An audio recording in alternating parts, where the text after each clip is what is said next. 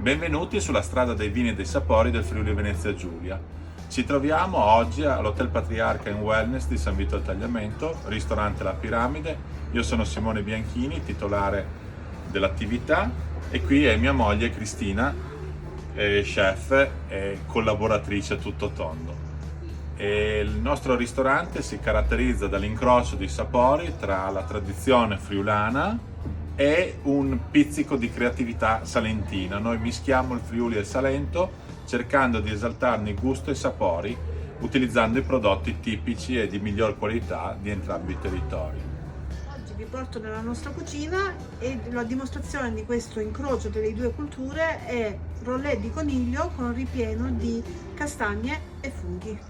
Allora, abbiamo preso del coniglio dissossato, l'abbiamo lasciato marinare con cipolla, aromi, aglio, carote per un paio d'ore, dopodiché lo stendiamo bene su un tagliere, lo bardiamo con del lardo in modo che dia sia la salinità che anche la carne magra di coniglio è abbastanza magro e un po' di umidità dentro.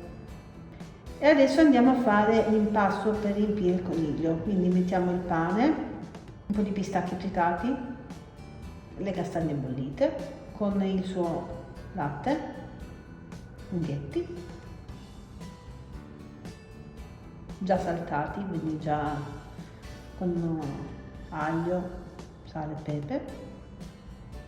Lo lavoriamo un po' per amalgamare e ci aggiungeremo anche un uovo in modo da poter legare il tutto.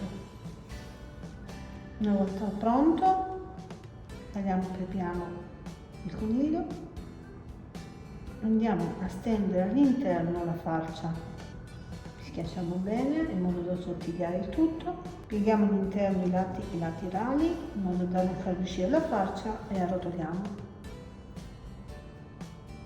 Adesso prendiamo dello spago, lo liviamo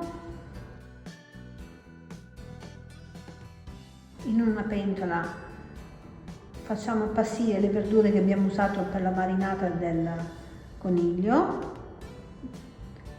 nella quale andremo a passarci il nostro coniglio.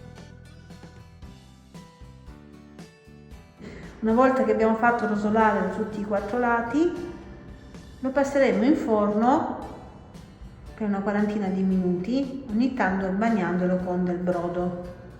Impiattamento: abbiamo tagliato un po' di cavolo rosso, una volta pronto il coniglio e lasciato raffreddare, lo tagliamo a fette, ci adagiamo le due fettine di coniglio e con il fondo del coniglio di cottura filtrato e passato aggiungiamo un po' di sughetto, un po' di pistacchi tritati per richiamare il ripieno e il piatto è pronto.